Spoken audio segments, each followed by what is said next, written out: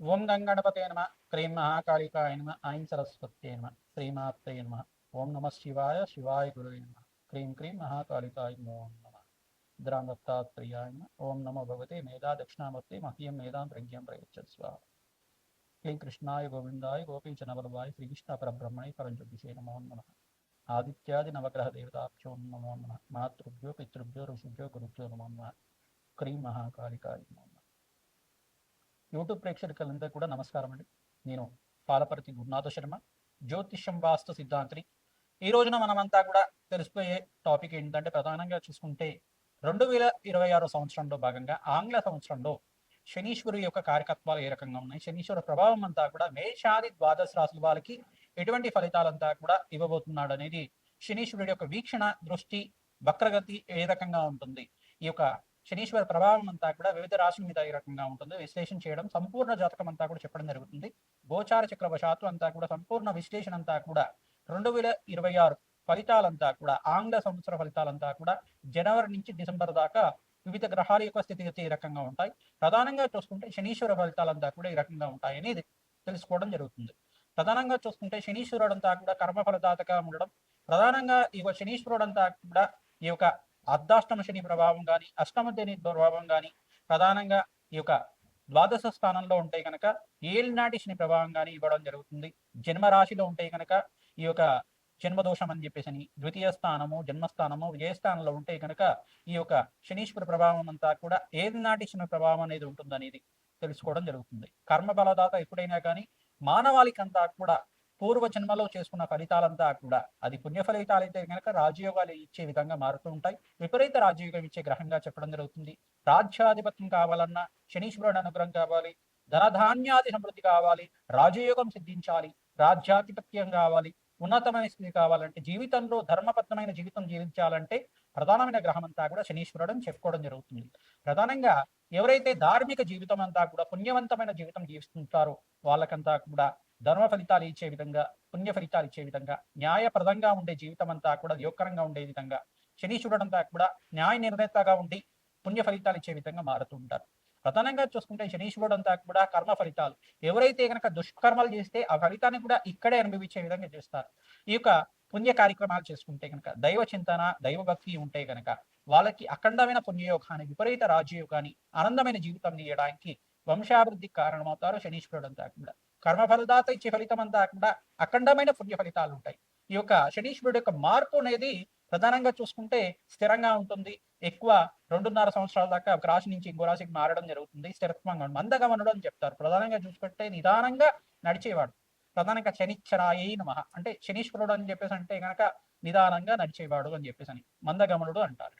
అయితే శనీశ్వరుడు అంతా కూడా ప్రధానంగా ఛాయా మార్తాండ సంభూతుడిగా చెప్పడం జరుగుతుంది.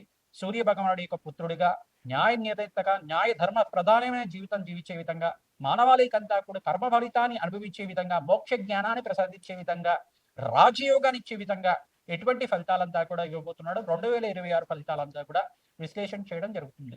ప్రధానంగా శనీశ్వరుడు ప్రీతికరంగా ప్రతినిత్యం కూడా కాలభైరవ స్వామి దేవాలయంలో అందరూ కూడా ఈ యొక్క అష్టమి, నవమి, ఏకాదశి తిథుల్లో కానీ, దశమి తిథుల్లో కానీ, త్రయోదశి తిథుల్లో కానీ, మాస శివరాత్రి రోజైనా కానీ, అమావాస్య పౌర్ణమి వేళల్లో కూడా ప్రదోష కాలంలో, ప్రధానంగా ప్రదోష కాలంలో ఎవరైతే కనుక కూష్మాండ దీపాన్ని, తెల్ల గుమ్మడికాయనంతా కూడా ఈ యొక్క గుమ్మడికాయ దీపం అంటారు, దీన్నంతా కూడా కూష్మాండ దీపం అంటారు, ఉప్పు దీపం అని చెప్పేసి అంటారు.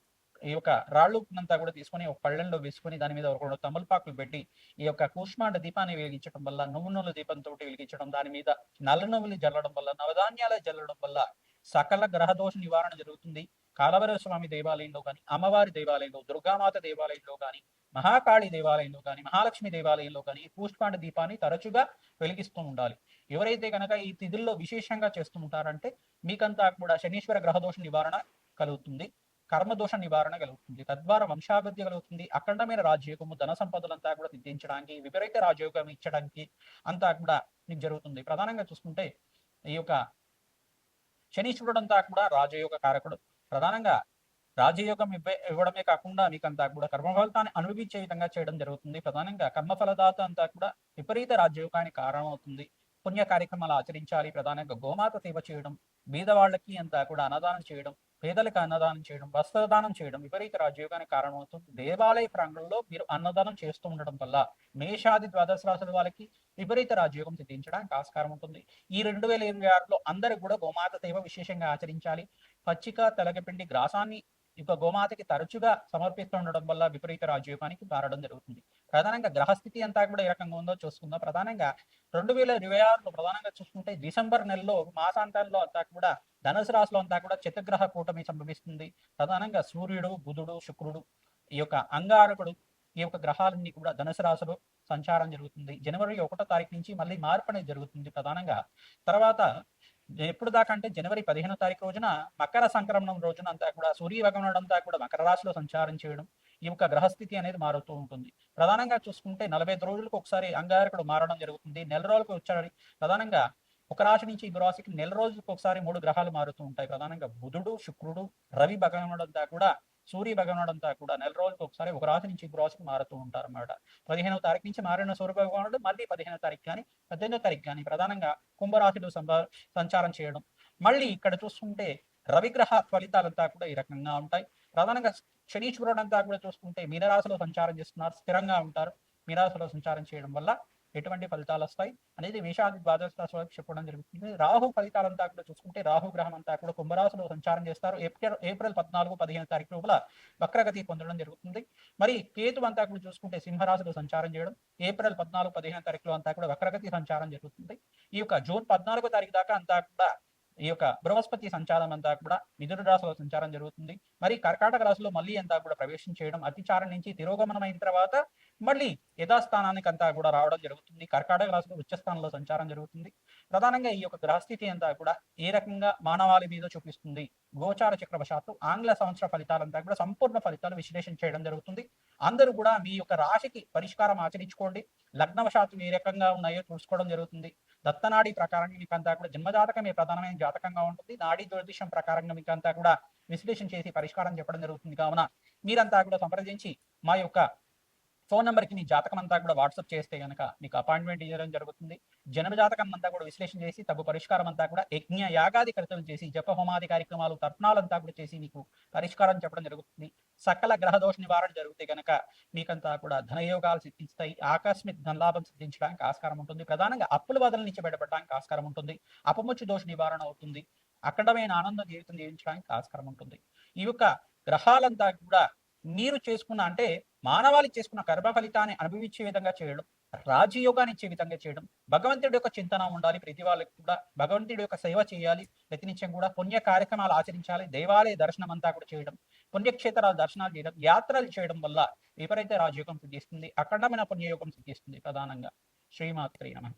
మేషరాశి జాతకులకి ప్రధానంగా 2026 సంవత్సర ఫలితాల్లో భాగంగా శనీశ్వరుడి గ్రహదోషం ఏ రకంగా ఉంటుంది తెలుసుకోవడం జరుగుతుంది. విశ్లేషాత్మకంగా మీకు అంతా కూడా పరిష్కారం చెప్పడం జరుగుతుంది. వీడియో అంతా కూడా చూడండి. పరిష్కారం ఆచరిస్తే కనుక విపరీత రాజయోగంతో ఆకస్మిక లాభం సిద్ధించడానికి ఆస్కారం ఉంటుంది. ప్రధానంగా మేషరాశి జాతకులకంతా కూడా ఏలినాటి శని ప్రభావం ఉంది.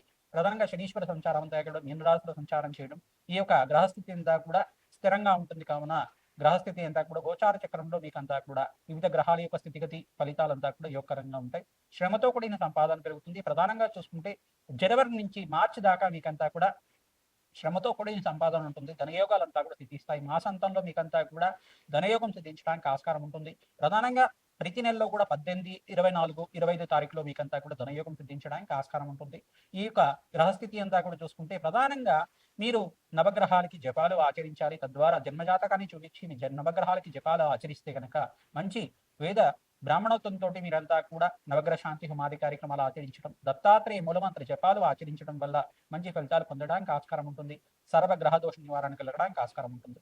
మీకంతా కూడా చూసుకుంటే ఏప్రిల్, మే, జూన్లో అంతా కూడా మంచి శుభ కార్యక్రమాలు ఆచరించడానికి ప్రధానంగా ఆస్కారం ఉంటుంది. నూతన వ్యాపారంలో విస్తారాన్ని చేసుకోవడానికి, పెట్టుబడి పెట్టుకోవడానికి ఆస్కారం ఉంటుంది. ఐటీ రంగంలో వాళ్ళకి విశేషంగా రాజయోగం సిద్ధించడానికి ఆస్కారం ఉంటుంది. ఫైనాన్షియల్ ఇన్వెస్ట్మెంట్ చేసుకునే వాళ్ళు, బ్యాంకింగ్ సెక్టర్ వాళ్ళైనా కానీ, స్టాక్ బ్రోకింగ్ చేసే వాళ్ళైనా కానీ మంచి ఇన్వెస్ట్మెంట్ చేసుకుంటే కనుక ఏప్రిల్ మే జూన్లో అంతా కూడా రాజయోగం సిద్ధిస్తుంది, ధనయోగం సిద్ధించడానికి ఆస్కారం ఉంటుంది. ప్రధానంగా చూసుకుంటే ఆగస్టు తర్వాత నుంచి మీకు అంతా కూడా మంచి యోగాలు సిద్ధించడానికి ఆస్కారం ఉంటుంది. ఇంట్లో గృహయోగం సిద్ధించడానికి కానీ, భూ సంపదల కోసం కానీ, మంచి లాభాల కోసం కానీ ప్రయత్నం చేసుకుంటే కనుక మంచి యోగం సిద్ధిస్తుంది. ప్రధానంగా 2026 ఫలితాలంతా కూడా మేషరాశి జాతకులకి విపరీత రాజయోగాన్ని ఇచ్చే విధంగా ఉంటుంది. శుభకార్య వ్యయం అంతా కూడా కలుగుతుంది. శుభకార్యాల కోసం అంతా కూడా వ్యయం కలిగే విధంగా ఆస్కారం ఉంటుంది. శనీశ్వరుడు అంతా కూడా కర్మ ఫలితాలుగా ఏలినాటి శనిభవం అంతా కూడా మీకంతా కూడా మొదటి దశలోనే ఉంది కావున మీకంతా కూడా శనీశ్వర గ్రహానికి ప్రీతికరంగా వీరంతా కూడా నలను దానం చేసుకోవడం, శనివారం శనివారంలో దానం చేసుకోవడం, బ్రాహ్మణత్వంకంతా కూడా దక్షిణ సహితంగా, వస్త్ర సహితంగా, ఫల సహితంగా దానం తీసుకోవడం వల్ల మంచి ఆస్కారం ఉంటుంది. మంచి ఫలితాలు పొందడానికి ఆస్కారం ఉంటుంది. మీకంతా కూడా ధనయోగాలు సిద్ధిస్తాయి. విపరీత రాజయోగాలు సిద్ధించడానికి ఆస్కారం ఉంటుంది. స్వల్పంగా మీకంతా కూడా కోప ఆవేశాలకి స్థానం లేకుండా మీ జీవన విధానం ఉంటే కనుక మాట పట్టింపు అనేది ఉంటుంది. మాట పట్టింపులు, మనస్పర్ధలు కానీ, స్వల్పంగా చికాకులు కానీ జరగడానికి, స్వల్పంగా మీకంతా కూడా జాయింట్ పెయిన్స్ కానీ, శిరోభారం కానీ ఉండడం కానీ, అనారోగ్య చింతన అనేది ఉంటుంది.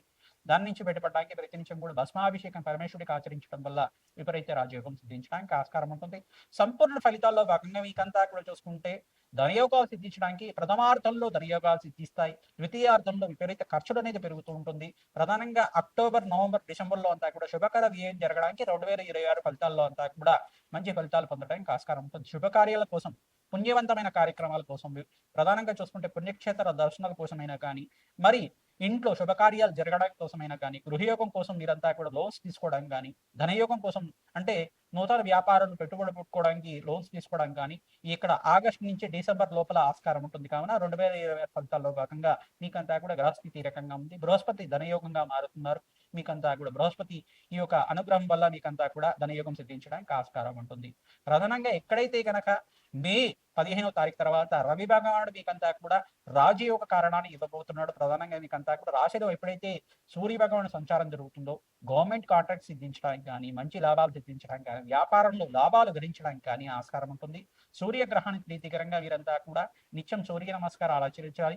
ప్రధానంగా సూర్యాయ నమః, అర్కాయ నమః, మిత్రాయ నమః, భానమే నమః, పూషాయ నమః, మార్తాండాయ నమః, సర్వలోక పితామహాయ నమః, ప్రచండ తైసే నమః, భానమే నమో నమః నామాలంతా కూడా ప్రతినిత్యం కూడా నామస్మరణ చేసుకుంటూ సూర్య నమస్కారాలు ఆచరించాలి. తద్వారా మీకు అంతా కూడా రాజయోగం సిద్ధిస్తుంది. మంచి లాభాలు గణించడానికి ఆస్కారం ఉంటుంది. శ్రమతో కూడిన సంపాదన పెరుగుతుంది. రాజయోగాలు సిద్ధిస్తాయి. వ్యవసాయదారులు కూడా మంచి లాభాలు గణించడానికి ఆస్కారం ఉంటుంది. మీకంతా కూడా చూసుకుంటే దేశ గోచారంలో మార్పు అంతా కూడా జరుగుతుంది. ప్రధానంగా దేశ గోచారంలో కూడా మీకంతా కూడా మంచి ఫలితాలు పొందడానికి విదేశంలో అంతా కూడా స్థిరత్వం కోసం ప్రయత్నం చేసుకోవడానికి ఆస్కారం ఉంటుంది. మీరంతా కూడా విదేశంలో స్థిరత్వం కోసం కానీ మీరు ప్రయత్నం చేసుకుంటే కనుక ఇక్కడ జూన్ నుంచి ఆగస్టు లోపల కానీ, జూన్ నుంచి మీకు డిసెంబర్ లోపల కానీ మంచి లాభాలు గణించడానికి ఆస్కారం ఉంటుంది. విదేశాల్లో మంచిగా ఎవరైతే విద్య కోసం ప్రయత్నం చేసుకుంటారో విద్యాభివృద్ధి కలుగుతుంది. అఖండమైన లాభాలు సిద్ధించడానికి ఆస్కారం ఉంటుంది. ఈ యొక్క 2026లో అంతా కూడా రాజయోగం సిద్ధించడానికి శనీశ్వరుడు, బృహస్పతి, శుక్రుడు అనుగ్రహం వల్ల మీకంతా కూడా రాజయోగం సిద్ధిస్తుంది. విపరీత రాజయోగాలు సిద్ధించడానికి ఆస్కారం ఉంటుంది. ఇంట్లో శుభకార్యాలు జరుగుతూ ఉంటాయి. మంచి శుభకర వ్యయం అంతా కూడా ఆస్కారం ఉంటుంది. కావున ఈ పరిష్కారాలు ఆచరించండి. ప్రధానంగా రాజశ్యామల యజ్ఞాధికృతలు, దత్తాత్రేయ మూలమంత్ర జపాలు, ప్రధానంగా లక్ష్మీ కుబేర శాంతి హోమాది కార్యక్రమాలు, శ్రీసూక్త పారాయణం ఆచరించాలి, భూసూక్త పారాయణం ఆచరించాలి. తద్వారా మీకంతా కూడా ధనయోగం సిద్ధించడానికి, గృహయోగం కలగడానికి ఆస్కారం ఉంటుంది. నవగ్రహ శాంతి హోమాది కార్యక్రమాలు ఆచరించాలి. ప్రతిరోజు కూడా మీరు నవగ్రహాలకి ప్రదక్షిణాలు చేసుకోవడం, 27 ప్రదక్షిణాలు ప్రతిరోజు కూడా ఆచరించడం వల్ల మంచి ఫలితాలు పొందుతారు. శ్రీమాత్రి. 2026లో ప్రధానంగా ఈ 4 రాశి వాళ్ళకి విశేషమైన ధనయోగాలు సిద్ధించడానికి ఆస్కారం ఉంటుంది. విపరీత రాజయోగం సిద్ధించబోతుంది. ఈ రాశి వాళ్ళు ప్రధానంగా చూసుకుంటే మేషాది ద్వాదశ రాశుల్లో 4 రాశి వాళ్ళకి విశేషంగా ధనయోగాలు సిద్ధిస్తాయి. ప్రధానమైన రాశి ఏంటిదంటే కుంభరాశి జాతకులు విశేషమైన ధనయోగం సిద్ధించడానికి ఆస్కారం ఉంటుంది. ప్రధానంగా బృహస్పతి సంచారం అంతా కూడా రాజయోగ కారణమవుతుంది. ప్రధానంగా శనీశ్వరుడు అనుగ్రహం వల్ల ధనయోగ కారకుడు అవుతాడు. ప్రధానంగా అనంతమైన ధాన్యాది సమృద్ధి కలగడానికి ఆస్కారం ఉంటుంది. అష్టైశ్వర ప్రాప్తి కలగడానికి ఆస్కారం ఉంటుంది. జూన్ 14 తర్వాత మీకు అంతా కూడా ధనయోగం సిద్ధించడానికి రాజయోగ కారణమవుతుంది. మళ్ళీ ఇక్కడ వృషభ రాశి జాతకులు కూడా ధనయోగాలు సిద్ధించడానికి ఆస్కారం ఉంటుంది. ప్రధానంగా మీకంతా కూడా ధన ప్రాప్తి కలగడానికి, ఆకస్మిక ధనలాభం కలగడానికి ఆస్కారం ఉంటుంది. శుక్రుడు, బృహస్పతి అనుగ్రహం వల్ల ధన ధాన్యాది సమృద్ధి కలుగుతుంది. లక్ష్మీ కటాక్షం లభిస్తూ ఉంటుంది. ప్రధానంగా మిథున రాశి జాతకులు కూడా ఈ రాశిలో మీకంతా కూడా ధనయోగ ప్రాప్తి కలగడానికి ఆస్కారం ఉంటుంది. విశేషంగా నూతన వ్యాపారంలో పెట్టుబడి పెట్టుకోవడానికి, ఫైనాన్షియల్ రంగంలో వాళ్ళకి ఆస్కారం ఉంటుంది. అష్టైశ్వర ప్రాప్తి కలగడానికి ఆస్కారం ఉంటుంది. ప్రధానంగా చూసుకుంటే ఇక్కడ కన్యా రాశి జాతకులకు కూడా విశేషమైన ధనయోగం సిద్ధించడానికి ఆస్కారం ఉంటుంది. ధన ధాన్యాది సమృద్ధి కలగడానికి జూన్ 14 తారీఖు నుంచి నవంబర్ 24 తారీఖు దాకా అష్టైశ్వర ప్రాప్తి కలగడానికి ఆస్కారం ఉంటుంది. ధనధాన్యాది సమృద్ధి కలుగుతుంది. మేషాది ద్వాదశ రాశుల్లో ఈ 4 రాశుల వాళ్ళకి విశేషమైన ధన ప్రాప్తి కలగడానికి ఆస్కారం ఉంటుంది. మరియు కర్కాటక రాశి జాతకులకు కూడా బృహస్పతి సంచారం అంతా కూడా రాజయోగంగా మారబోతుంది. విశేషమైన ధనయోగం కలగడానికి ఆస్కారం ఉంటుంది. ఈ కర్కాటక రాశి జాతకులకి విశేషంగా చెప్పడం జరుగుతుంది. ప్రధానంగా బృహస్పతి మార్పు అంతా కూడా రాజయోగ కారణమవుతుంది. ఉచ్చస్థానంలో సంచారం అంతా కూడా వివాహాది శుభకార్యాలు జరగడానికి, మీకు అంతా కూడా పూర్వజన్మలో చేసుకున్న పుణ్యప్రాప్తి వల్ల మీకు అంతా కూడా గృహయోగం సిద్ధించడానికి, భూసంపద లభించడానికి ఆస్కారం ఉంటుంది. వ్యాపారంలో మార్పులు జరుగుతాయి, ఉద్యోగంలో మార్పులు జరగడానికి, స్థానచలనం జరగడానికి ఆస్కారం ఉంటుంది. అమ్మవారి అనుగ్రహం వల్ల మహాలక్ష్మి కటాక్షం అంతా కూడా లభిస్తూ ఉంటుంది. శ్రీమాత్రే నమః.